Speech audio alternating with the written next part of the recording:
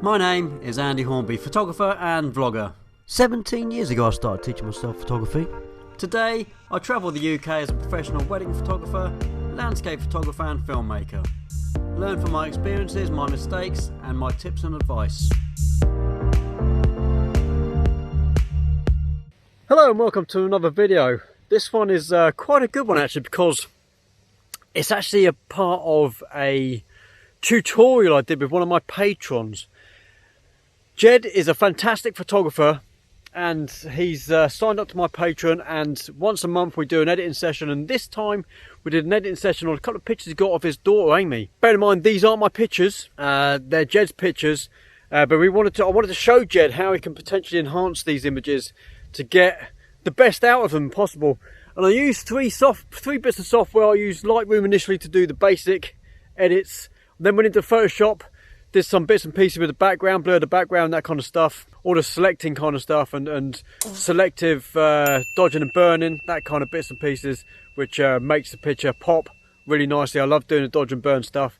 And then, surprisingly enough, I took the picture into Luminar 4.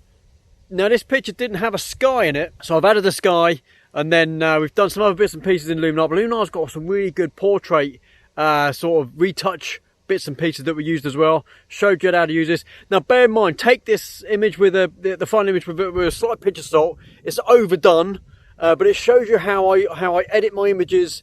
You'd want to dial some of this stuff back, or on your own pictures. It shows you how you can work to to a really good degree using different bits of software, how to get different things out of different bits of software. Yeah, so take it with a pinch of salt. The final edit of this image that you saw in the thumbnail isn't quite what I would do. I've overdone it. I've changed the sky, I've added some sun rays. I wouldn't have probably gone that far with the image, but it shows you what you can get, so take it with a pinch of salt.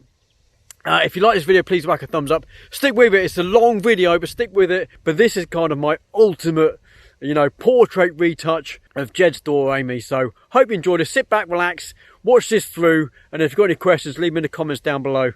Always happy to answer any comments, and I'll see you at the end of this video for a quick outro.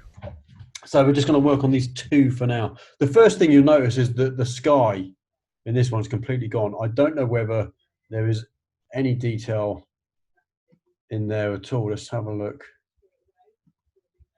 Going to develop module. Let's have a look at the clipping. Yeah, so it's clipped completely. You've lost the sky. We're not going to get that back, Jed.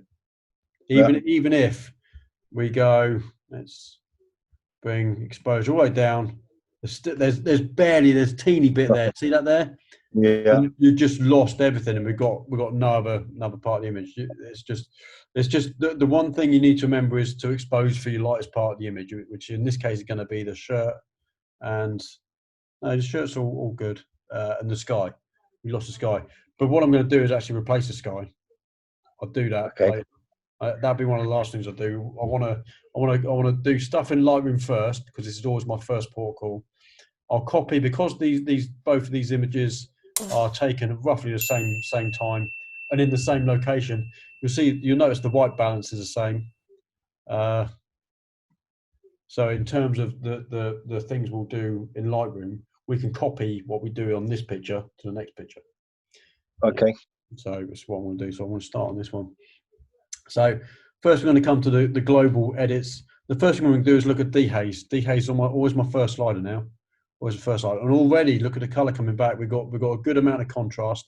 I used to start with exposure and contrast first.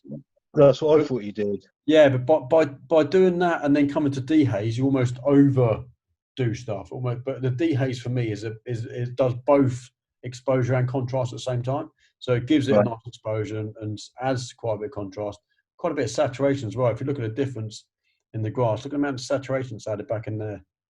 Yeah, massive, huge. With one slider, you've used most of the sliders you used to use, because dehaze used to be right at the bottom in Lightroom. They put it right at the bottom, and they've moved it up simply because of this reason.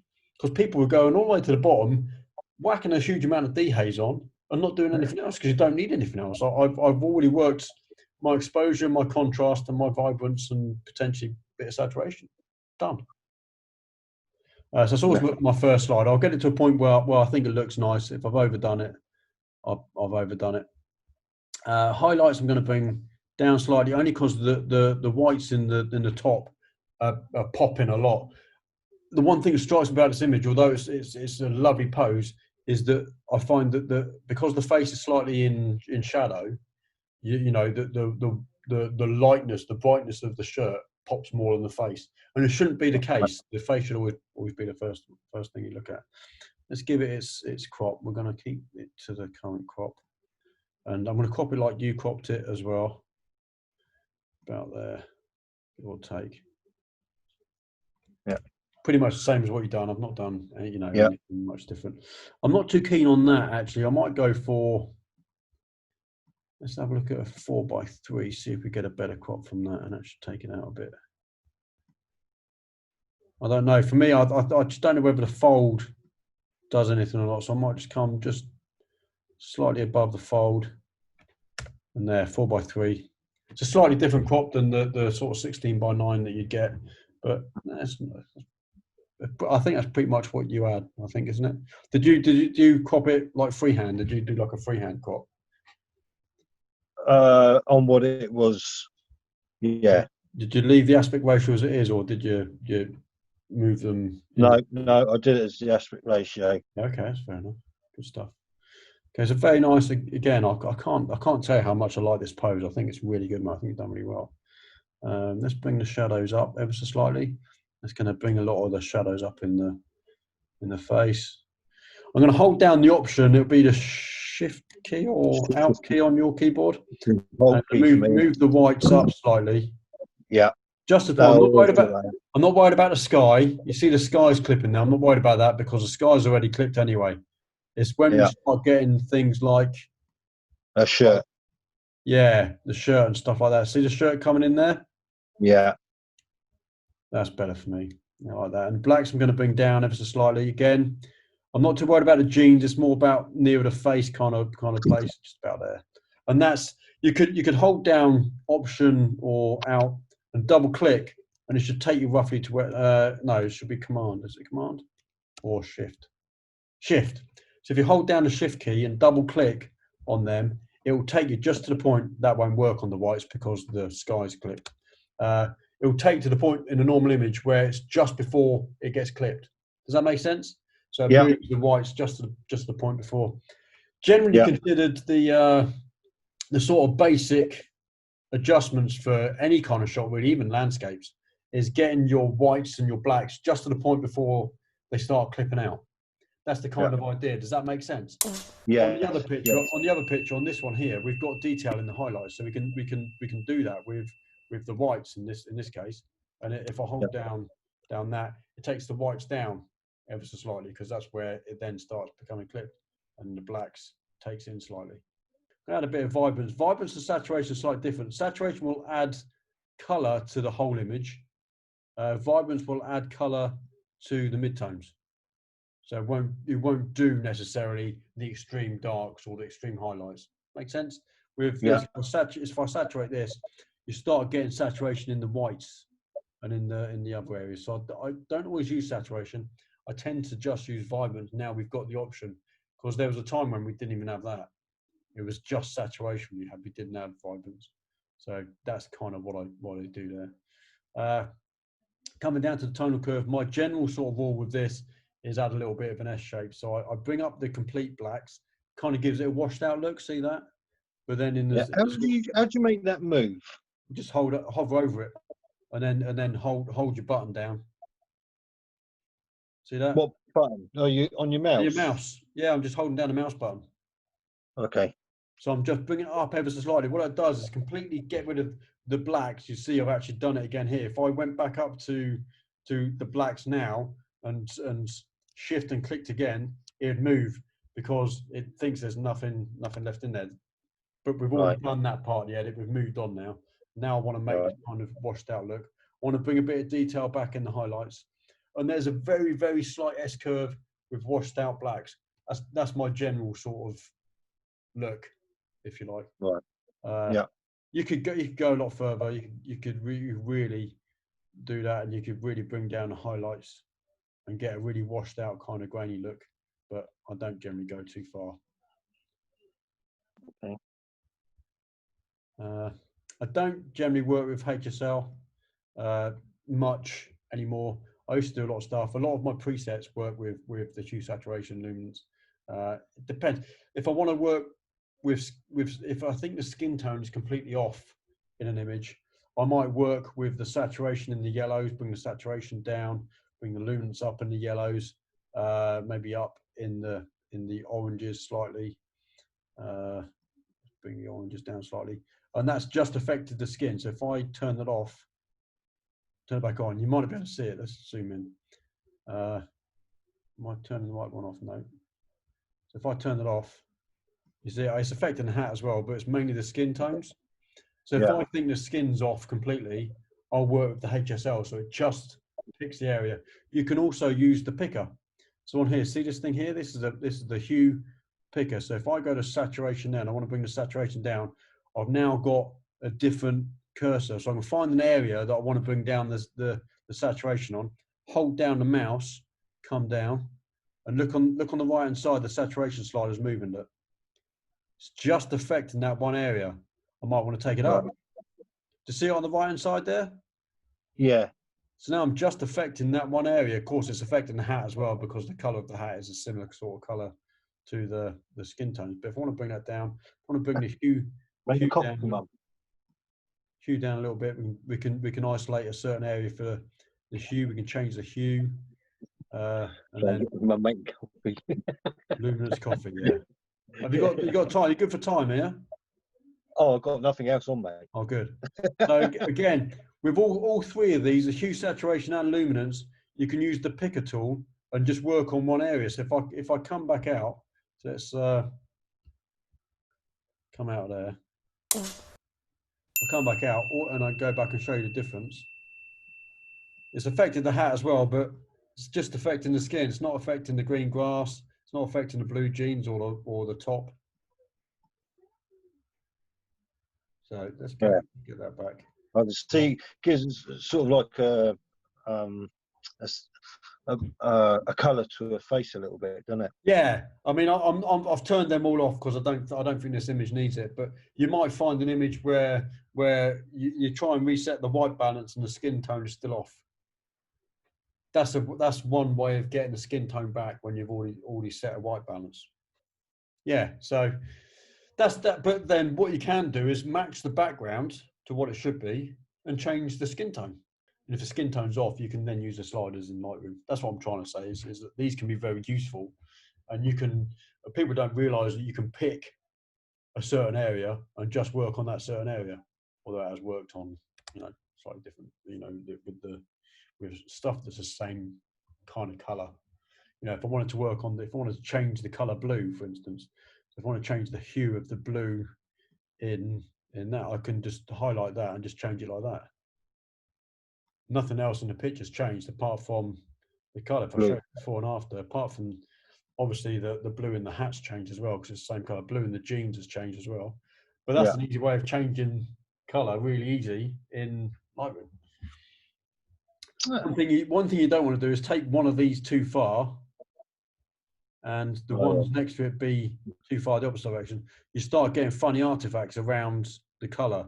So you might get things like chromatic aberration. So if you're going to move these sliders, they kind of all need to move in kind of conjunction with each other. If that makes sense. Yeah, I know what you mean. If you played with that, you'd understand that you start moving just one of these, then you start. If I wanted to change the color of the green grass, for instance, if I wanted to change that to yellow, you can't just change that because look what it's done to these things that are really close color to it. Yeah. Then you've kind of got this thing. You have to kind of change them all, and it be kind of close that way, and then it doesn't work. But you grasp what I mean. Yeah, I do. Cool. I'm not going to do too much else to this picture. I think it's really nice. I won't add anything. We could add some sharpness here, and when I add sharpness, I generally always add a bit of mask into it. Generally 50%, give or take. You can sharpen here. That's fine. Apart from, you may want to add your profile corrections here if you wanted to. I wouldn't add a vignette here. Again, the only kind of vignette you're going to be able to add it's something that affects the whole image. You might not want that. And I think in Photoshop, which we'll go through in a minute, it'd be a bit easier. You can sort of make things a little bit easier for yourself. And once we've been in Photoshop, when we come back to Lightroom afterwards, I'm actually then going to take this into Luminar. I've got a little bit of kit called Luminar 4. I'll show you that, really good for landscapes, but I'll show you what we can do with the sky in this. Luminar is brilliant for skies. Trust me, the AI in it is fantastic. So what I'm going to do is control C to copy all of these. I'm not going to copy the crop because we might want to crop this next one slightly differently, although I'd imagine it's going to be the same. And I'm just going to paste that on. Look how vibrant that is. Look how vibrant that is. You wouldn't need to do anything to the sky with that at all. Slightly different look to this one. So we need to kind of match the look. I think this one's slightly overexposed. Let's bring the exposure down. Something like that. And by bringing the exposure down, look what's happened to the face. It's getting really dark, but that doesn't matter. We're going to use Photoshop to bring that back up. Mate, this picture's brilliant. Look, we might have gone a bit too far with the vibrance in this one, but just from Lightroom, you might not even want to take that into Photoshop. Just from Lightroom, no crop needed for that in my mind. Really, I'd like to see a little bit of the jeans there, but man, it's brilliant. Apart from taking out the arm stuff in there, there's a scratch on the arm up there somewhere as well, and a few little scratches there, which we'll take into Photoshop. Mate, that picture's brilliant. You should be really proud of that. Really, really good picture. Like it. Good, thank you. I'm going to select both of those, and I'm going to take them into Photoshop, let them go through, and then we'll do a bit of work in Photoshop. And what you do, so always work non-destructively. Control J copies a layer or selection. If I make a selection around, if I do that and make a selection around Amy's face and press Control J, it's only going to give me that selection. Look, it's only going to give me that selection. So, yeah, just as a thought. The first thing I generally do in Photoshop is whether I need to or not. Generally, I'll select the subject just in case I need to either use just the selection or actually do something to the background, and I don't want the subject to be affected. And I'm going to do that in this case because there's a few things we're going to do to this. So what I'm going to do is quite easily, if I go to one of the selection tools here, we've got select subject. Photoshop does it for you. Doesn't always do it very well, but it will do a fairly good job. And you'll see in a few seconds, I've got a really nice selection all the way around there. It's not too good there. Hair, I'm not worried about at the moment. It's done a good job-ish there. All around there, it's a bit difficult, but not bad. And then I'll do is come in. I mean, people use the pen tool. I'm not a big fan of the pen tool. I think it takes too long, and I don't have that kind of patience. I want to make sure all of the background. You will find that when you're working with something that has a very shallow depth of field, when I make the selection, you'll see how much of the green grass actually bleeds through onto the white top.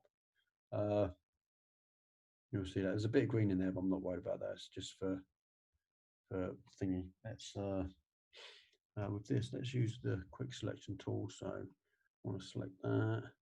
We don't want to select any of the green there, so I'm holding down the mouse button now. I'm just going to go around all of that there. We don't want that, but I do want that, and I want this bit of blue in there. If it doesn't work too well, I'll just come to the lasso or the marquee tool there, and I'm just ditching that there. Now I'm going to add in, I can add in the finger as well because we need the finger. Mad. Let's add that in there. Okay, and you can be really selective here, buddy. I'm just making this really quickly. I'm just getting rid of that. That's all not too bad. Let's go around here. The hair I'm not worried about. We'll deal with that in a second. The hat. Let's get rid of that. And all I'm doing is I'm using the Option or Alt key on the computer. Will change. See the plus sign there? If I hit down my Option, change to a minus. See that? Where is that? Oh, the side. On my cursor. Yeah. Look at my cursor. See that? Change from plus to minus.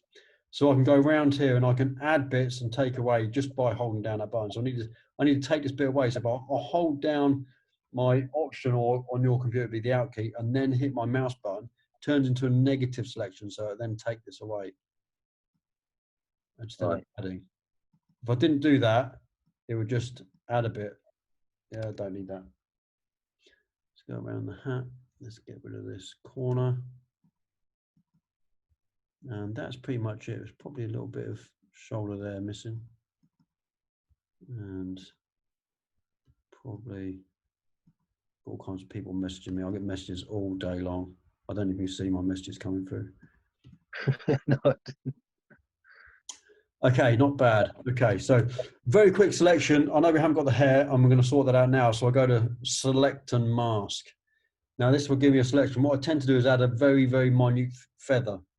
So 0.5 is enough. If you've got a really high, and you have it, you've got a really high megapixel, you might want to go to 1 or 2, just to give the edge that little bit of softness. But if it's ever an issue, we can deal with that later as well. It's really easy to sort out. Done a really good job down here. That's cool. I'm thinking maybe we should have kept that in. No, it'd be fine. So hair. Let's sort the hair out. So by selecting the refine edge brush tool, we can now just go over there ever so slightly. It should do a fairly quick and easy job of giving us a little bit of hair selection. Let's get rid of that in there. Might not be fantastic, but it's going to be better than no hair at all. And a bit of hair back there. And if I put that on a black background, there, you see we've got a bit of hair. See the hair's come back there? There's a bit of green behind that, but I'm not overly worried. We're going to be blurring the background a little bit anyway, so you won't even see that green. We can take out, just refine it ever so slightly. And there's good enough for me, I think, mate. So we've now got a selection. It's now a selection as a mask. See that? But if I ever need the selection itself, all I've got to do is hold down my command. It'll be your, I don't know what key it'll be on your keyboard.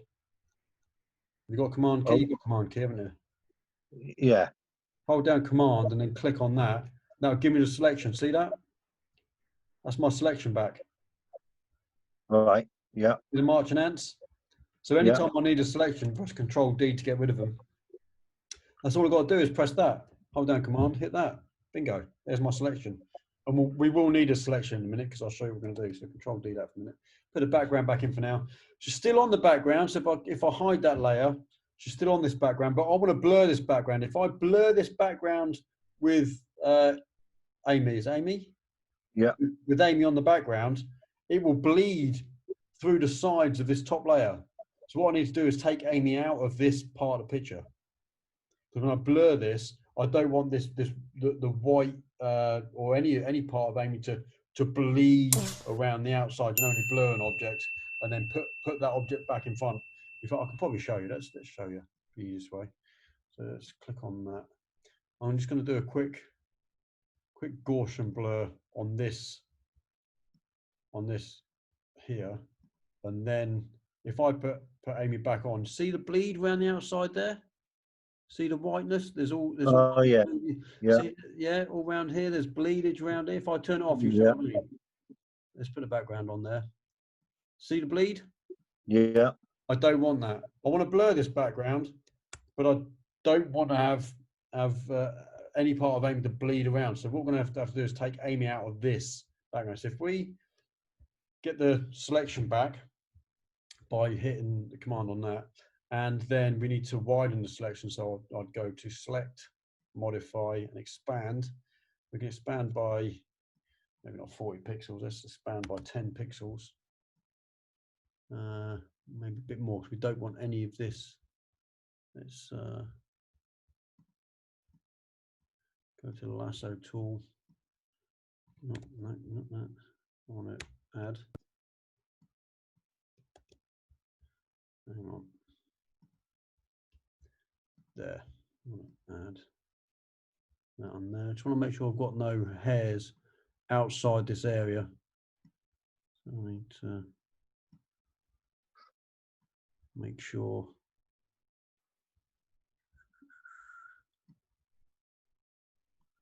there. Okay. Not too worried about this. We actually want to keep in a little bit of that. I have to bring one of these two back. Otherwise, this bit here, we'll probably get rid of that later anyway. I'm not too fast. Let's do that. We'll get rid of that later. Okay, so now what I want to do is go to Edit, Content Aware Fill, and see what this can do for us. Now, Content Aware is generally pretty good. It's working, let it work, and she's gone. Not too fussed by that. I want a little bit more information up here, but we can work with that. So that's on the current layer. So we've got 3 layers. We've got a background layer. We've got a layer that doesn't have Amy on it, and a layer that only has Amy on it. So yeah. Now we're starting to get those layers put up. The one that's on top is obviously going to show up if I wait. I've got to wait for this. It's working hard. It's doing its thing. So yeah, so we now got a layer underneath. Let's get rid of the marching ants. And we've got a layer on the bottom. We don't need this layer on the bottom, so we're going to work with this. The problem is we've got bits like this that's kind of bled through, and we can't have that because if I blur this layer, that's going to kind of bleed in. So what I'm going to do is just take the lasso tool there and just move that across there. Let's take this, give this a bit more of something there. Let's do that.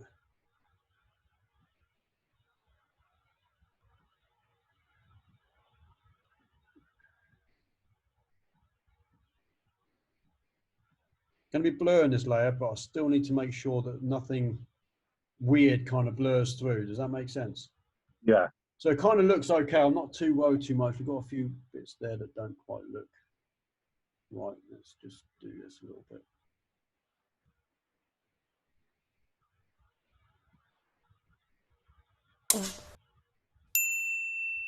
So we don't have too many of the same artifacts, or it might look a bit strange.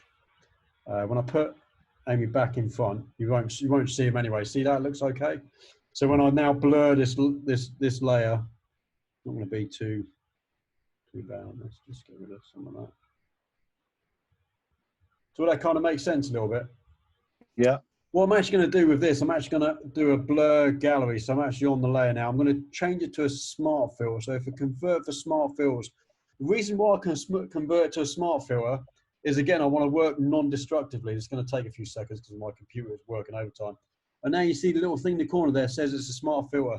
If I put a filter on this layer now, it's going to do it as a smart filter, which means we can change it later. If I didn't do that, if I put the filter directly on top of this layer, we couldn't change it. But now we can. All right. So if I now go to a filter now and go to blur gallery and tilt shift, what we've got is we've got some spaces here where the this point here is where the effect would start. In fact, this is where it starts there, and that's where the effects end. So if this is 0% of the effect and this is 100% of the effect, we need to make sure this is somewhere. So right down the bottom, I need to zoom out because it would be where our depth of field would be where Amy is sat or stood. So it's going to be down here somewhere, and the effect is going to go right back to there. So what we're going to do is, if I zoom back in again, is actually add some blur. So it looks like that blur is getting further away. All right, so down here it's not so blurry. Back here it's really blurry. So 0% of the effect starts here. 100% of the effect starts there, finishes there. That makes sense? Yeah. Yeah? Yeah. So we can go a little bit further with that. Adds a little bit of nice bokeh as well, so it really gives it a much. It had good bokeh anyway. Don't get me wrong, we had a good lens. And on the other, if we look at the other picture in a minute, that had even better bokeh. But I think it's probably you were a little bit closer.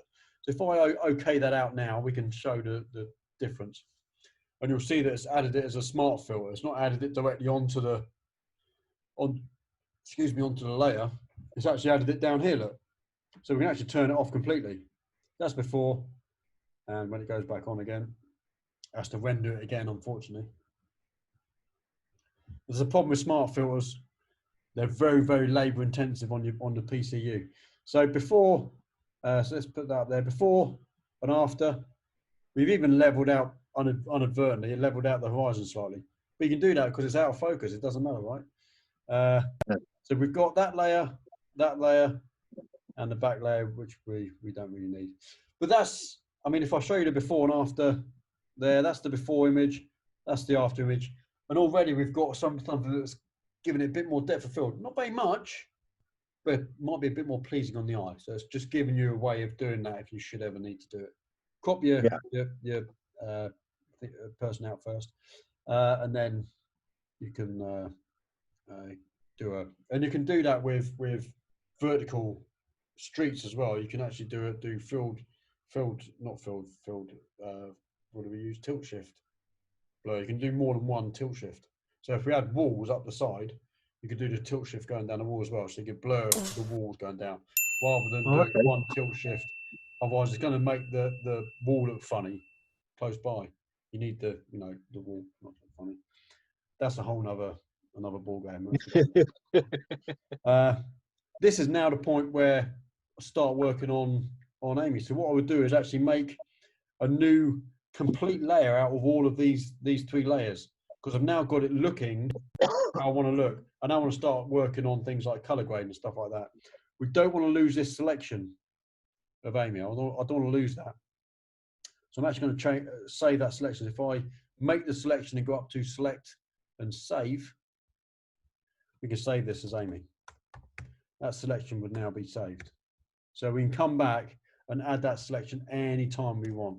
All right. So if I hold down Shift, Option, Command, and then E, that gives me a complete layer on top that is the same as all the other layers. So if I turn all the other layers off, I've now got a flat image on top of all my others. Make sense? Right. Yeah. Okay. And if I ever want to get Amy back again, if I want Amy to be if I just want to work on Amy herself, I'll just put Amy on top. And now if I want to work just on Amy and not on the background, I can now do some stuff with layers that only affect Amy. And here's a good way of doing it. So first thing we want to do first, though, we're going to leave that at top. We're going to put a new layer above that with nothing on it, so it's an empty layer. Zoom in to Amy's skin and just look around at stuff that might potentially be slightly off. I'm using the healing brush tool. You want to make sure that the content aware is and sample all layers is on. And all I'm going to do is select a part next to it by holding down the option. Sorry, I had the wrong thing there. The option key. I don't know what it is on a thing. I'm not sure. So the option key, click once, and I've now got a selection. I'm just going to go through there, and very simply it takes it off. There. And what's that? You're using the healing brush? Yeah. So this is the healing brush tool, not the healing spot tool, not the spot healing tool. It's a healing brush. So you have to select an area first. Yeah. So you select it by holding down the optional. I think it's the out key on a PC. Yeah, I know it. Yeah. Yeah.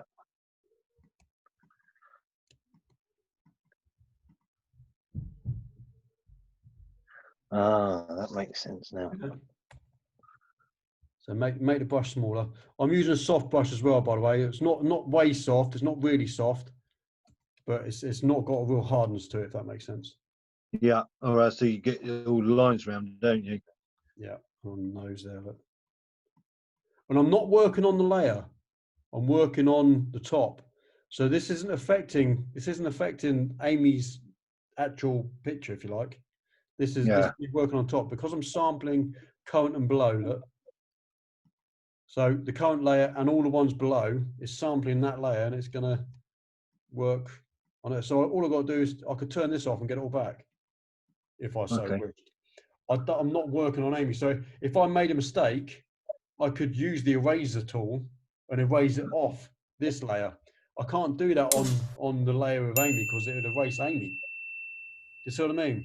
Again, another layer of working non-destructively. I'm working on a layer that I can then get rid of if I don't need it. How do you go backwards? If you make Control Z. Yeah. Not a lot more to do to this image. I would say there's a bit of a blemish there. You just got to get rid of the major blemishes. The stuff, there's not a lot you can do about freckles, and you leave freckles anyway because it's a I've got permanent, rid of this permanent damn feature. Yeah. tin. Eh? That I got rid Yeah. of and all that. There's obviously there's dimples and stuff like that. It's part of Amy's feature. You wouldn't want to get rid of that. You might want to lighten up slightly so it's not so prominent, if you like. But apart from that, I wouldn't really do too much. Well,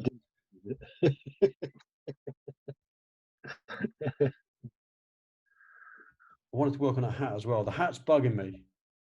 yeah, with the things. Yeah, so it's really, really easy to just. That was a tenner from bloody Sainsbury's. That's all right, mate. So really quickly gone through there and already pretty much all gone. It's just these little light bokehs where the light's shining through from behind. Yeah, It's a bit of a. I didn't notice that until you pointed that No, out. you won't. It's just one of them things, Spotted. mate. Yeah, it's just one of them things. So already when I turn it off, see the difference? Yeah. Yeah.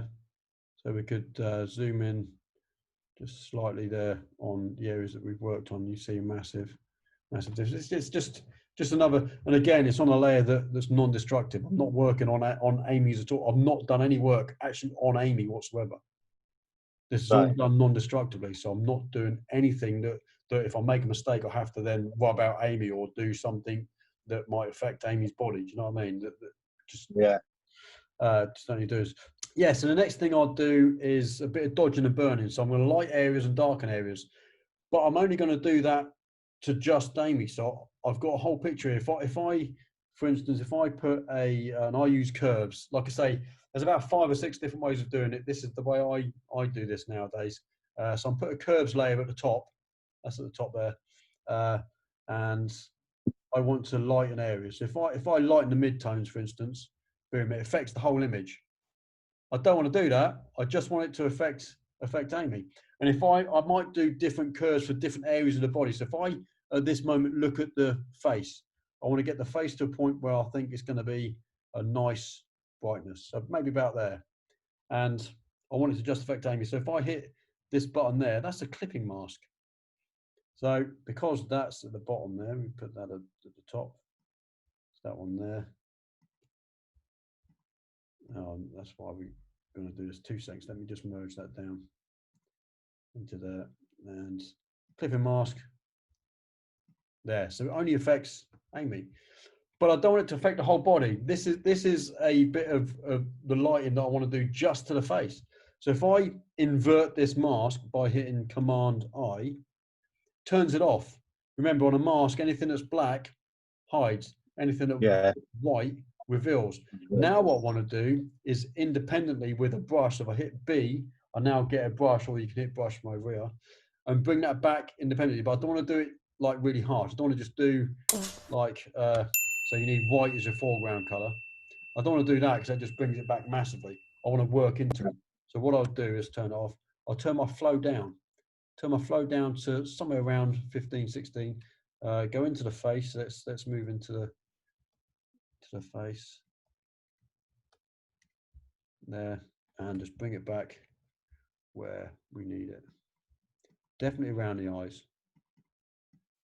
And don't worry if you overspill. If you overspill over like that, you can hit the X, which puts black in the foreground, and take a bit smaller and just take that back out. Hit X again to get white back, and then just work areas. Simples. If I zoom out.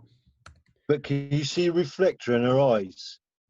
Yeah, I see that. We're going to work on eyes independently. I'm going to work on the eyes on the other image because the other image is slightly closer. Or is it closer? Yeah. It's not. But we'll work on the eyes in the other image. But yeah, so if I zoom out and show you the before and after, bingo. We've added light. Bit of dodging. Yeah. That's a bit of dodging. If I want to, I don't want to lighten the skin too much because it's already quite light, if you like. But what I'm going to do is do a little bit of burning. So I'm going to add another. You can build on this. We add another curves layer and bring it down. to where I think I might want the shadows to look. I just want this to affect Amy. So again, I'm going to hit this button here. Boom. Now it's only affecting Amy, but it's the whole of Amy. I don't want it to affect the whole of Amy. I want to work those bits in. So I'm going to invert the mask again. So Command or Control I. It's inverted. It's turned off. Now I get a brush again, B, with white as my foreground color. I'm going to work in those areas I think needs a bit more shadow. With a, probably go down to maybe 10% flow. Get some shadows on the go.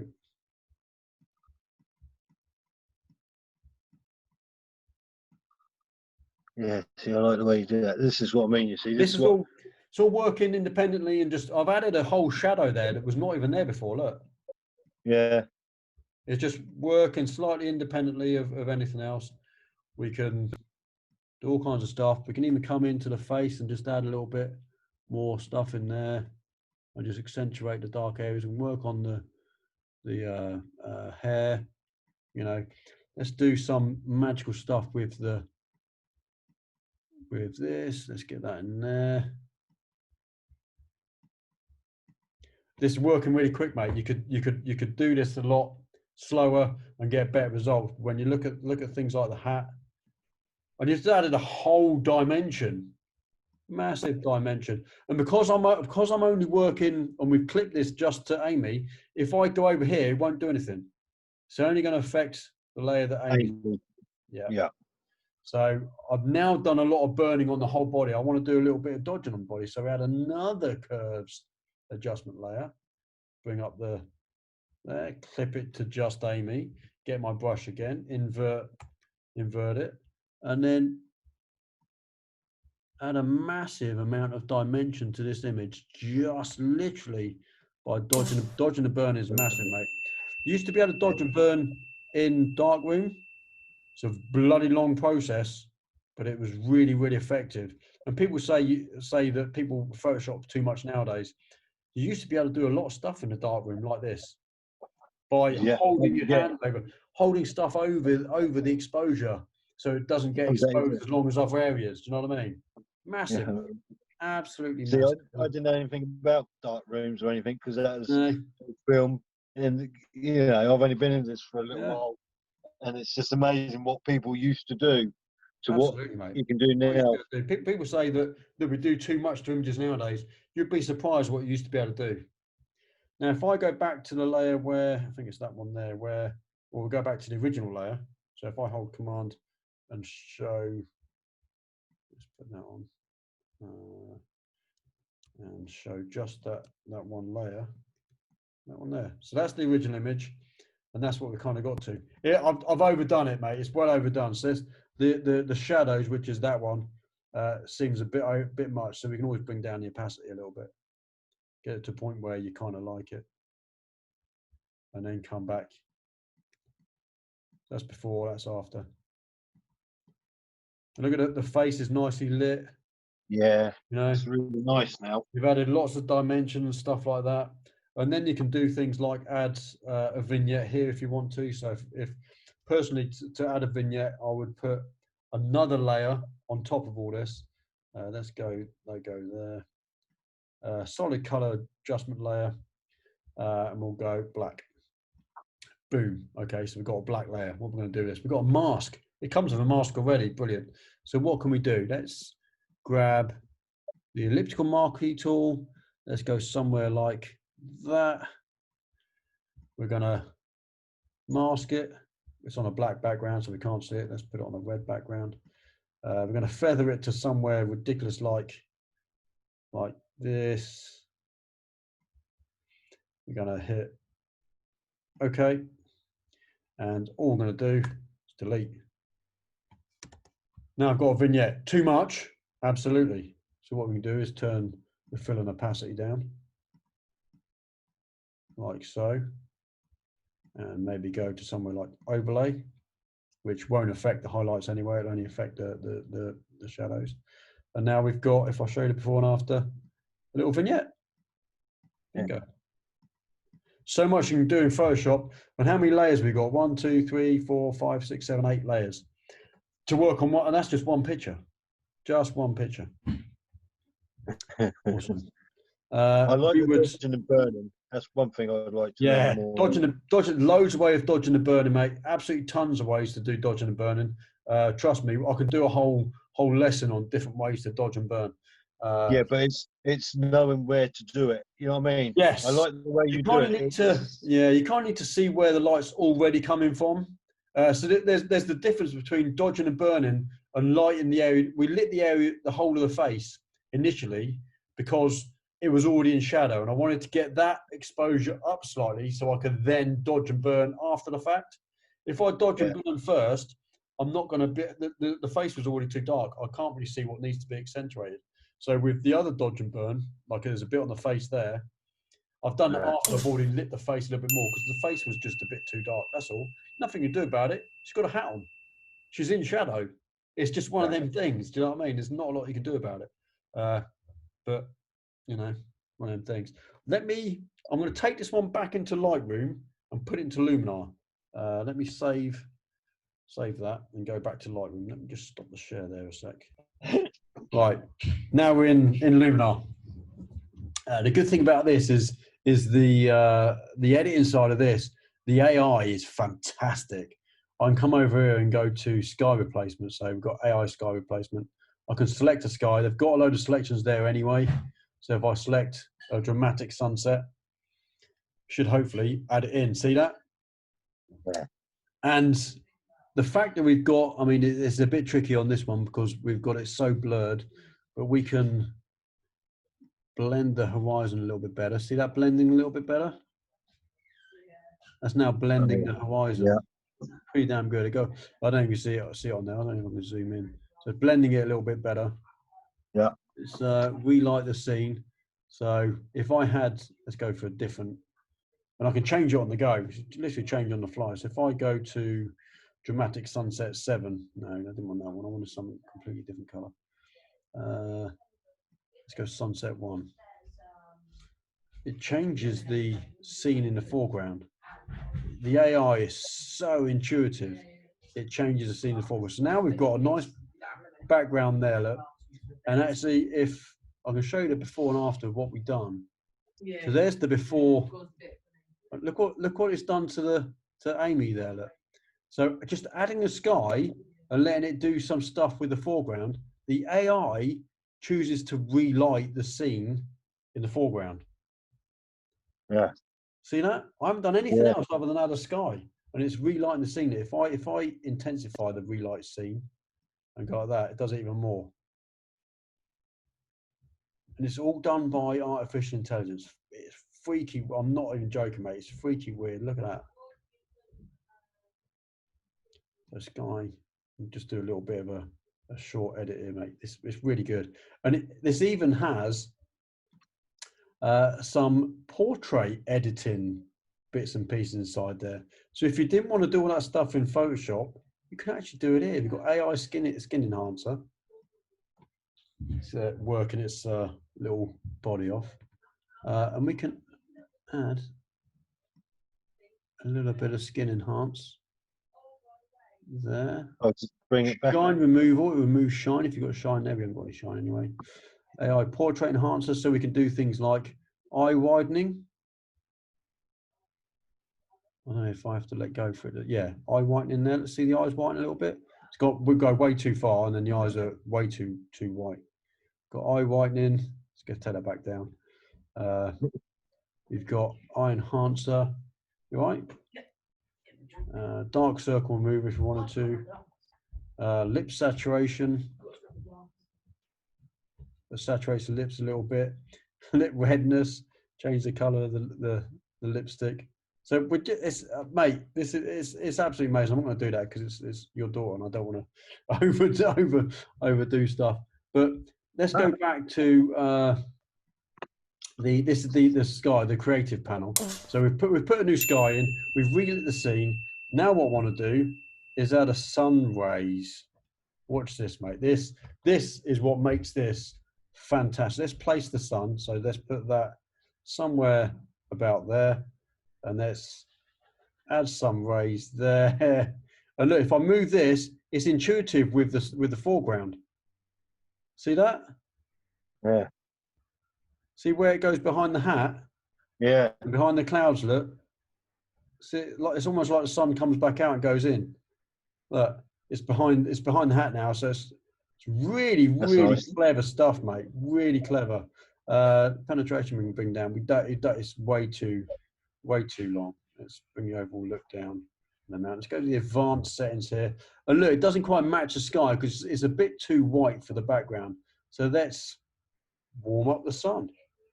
Warm up the sun rays and look at them turn yellow.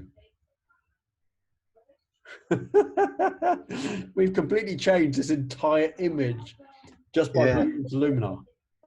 Let's see what else we can do. The sun ray, just make it a little bit bigger. So adds a little bit of sun flare into the hat. And we can mask this as well. So we've got mask options.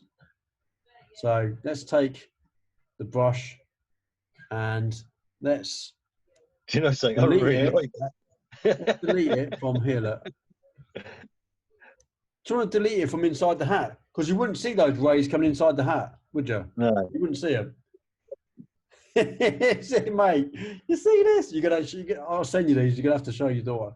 And I will. Yeah. And already it's just so dramatic. Let's go back to the original, and in the essentials tab here, you've got all of the stuff you've got in Lightroom and Photoshop, all your exposure and stuff. But the AI enhancer is pretty good. So we can enhance this. The software will do the enhancing itself. And we can enhance the sky a little bit. We can, if you want to convert to black and white, this is a very good conversion. You can play with the lumens and stuff, and really good. I don't want that, but let's turn it off. Detail enhance. It's so different. I know, right? You can enhance the details in the small details, the medium details, and larger details. Not many large details in there. The only thing I don't like about this now is that I left that in. I should have photoshopped that out because that doesn't look right now. But apart from that, mate, this is brilliant. If you've got a landscape, the landscape enhancer, the AI enhancer for this is just absolutely phenomenal, mate. Absolutely phenomenal. Look at that. Let me show you the before and after. So that's the before image. That's the after. Look. All this stuff used to take me hours, mate. Hours to do in Photoshop. Let me go back to the face. Let's see what we'll do about the light the face. So we can light the face independently in here. It's kind of already kind of lit nicely because I've done that in Photoshop already. But if you wanted to do it in here, you can do it in one slider. We can slim the face if you've got somebody who wants a slimmer face. You can enlarge the eyes because that's the kind of look that everyone's going for nowadays. So make the eyes a little bit larger. Really? Yeah, it's massive, mate. Massive. Making the eyes look larger is improve eyebrows. I don't know what that does. I did say that really gives it a film look. Doesn't it? Yeah. It's huge. Massive, mate. Massive. You've got teeth whitening if you need it. And obviously you can edit the mask again. If it's too much, you can just edit certain areas out, you know, done. Absolutely massive. Skin enhancer. So we can enhance the skin. High key. Let's give it a high key look. Yeah, magic high key. That gives it, that really pops those eyes. Look at that. What it does to the hat as well. Beautiful. Don't know what the Orton effect is. Let's have a look at the Orton effect. Oh no, that gives it kind of very soft. I'll tell you what, that is a good effect for weddings. See the softness on that? Yeah. The problem is you couldn't put every image from a wedding through this. It'd take freaking hours. So all we've got to do is hit apply. Hit apply, then let's go back to Lightroom. There it is. Look at the difference between that and the original there. Especially on the face, look, massive difference. So what did you think? Pretty good. Luminar 4 is actually it's quite a good bit of kit. I didn't think it'd be that good. I didn't think I'd use it like I have been using it. Love it for landscapes, but don't disregard it for portraits. Take your pictures in there, have a play around, look at all the portrait stuff. If you need to change the sky out, click of a button like that, fantastic. If you need to add sun rays, done. It's not a problem. Let me know what you think. Drop a comment down below. Give us a shout out, and I'll answer any questions you might have.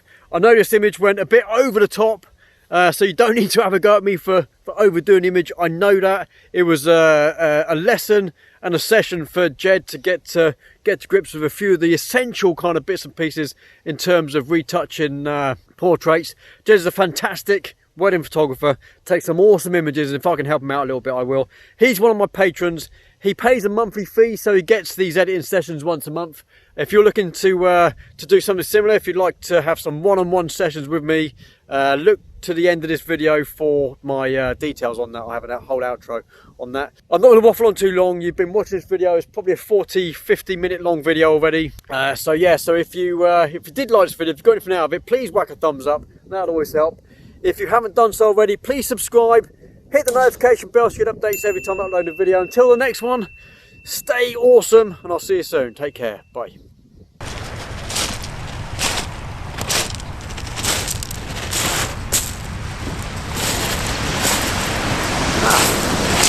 still here.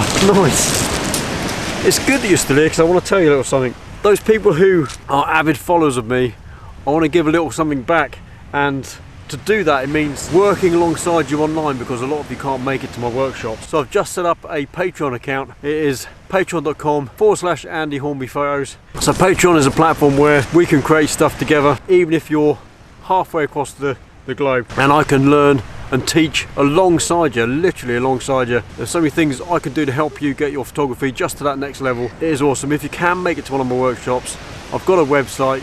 Go to ahphotographyworkshops.uk and have a look, see what I've got going on. But if you can't make it to one of my workshops, Patreon is a really good platform where we can create stuff together and we can take your photography to another level. So if you like what I'm doing and you want me to learn alongside yourself, see you there. Take it easy, have a good day. Bye.